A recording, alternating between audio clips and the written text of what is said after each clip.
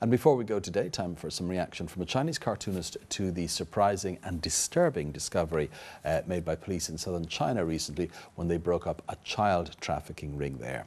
The cartoon today comes from vcartoon.cn. It's a site that gets together cartoons for newspapers and media across China. In the picture here we can see a person with their heart missing. And that person is holding a traditional Chinese weighing scales.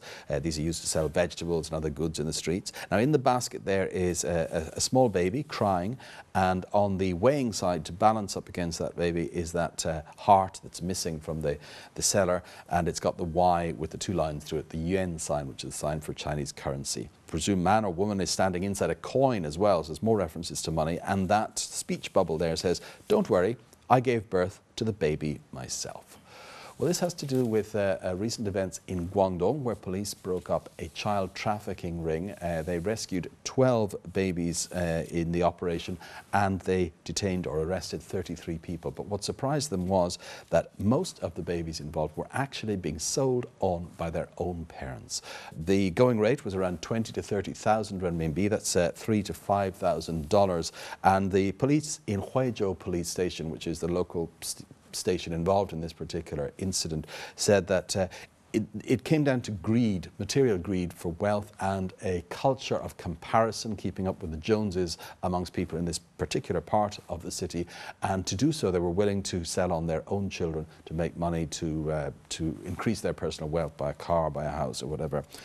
Police said that identifying the parents was difficult, and the babies couldn't legally be taken over by the social authorities or the city authorities. The Huizhou City Children Welfare Centre said they weren't actually abandoned by the parents officially, so that they still had a legal relationship, and that they could therefore not take them into care permanently but only temporarily, and wondering, do they give these children back to the parents who were willing to sell them?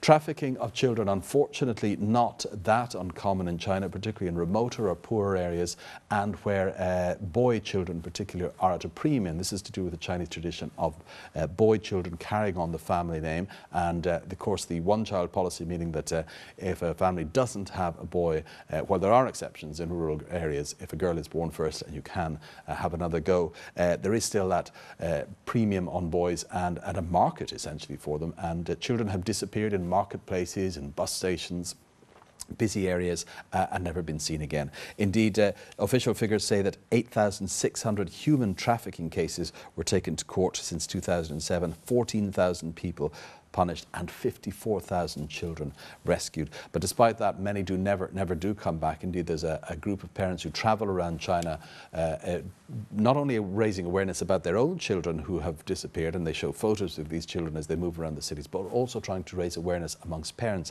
to be careful with their kids when they're out in busy places, that it's not just that a kid will wander off and be found again shortly afterwards. They may disappear for a long time, or indeed in some cases forever. And not because of light punishment. In fact, the Chinese law on human trafficking mandates minimum sentences of 5 years in prison for those caught, and if the circumstances are particularly serious, even the death penalty can be applied.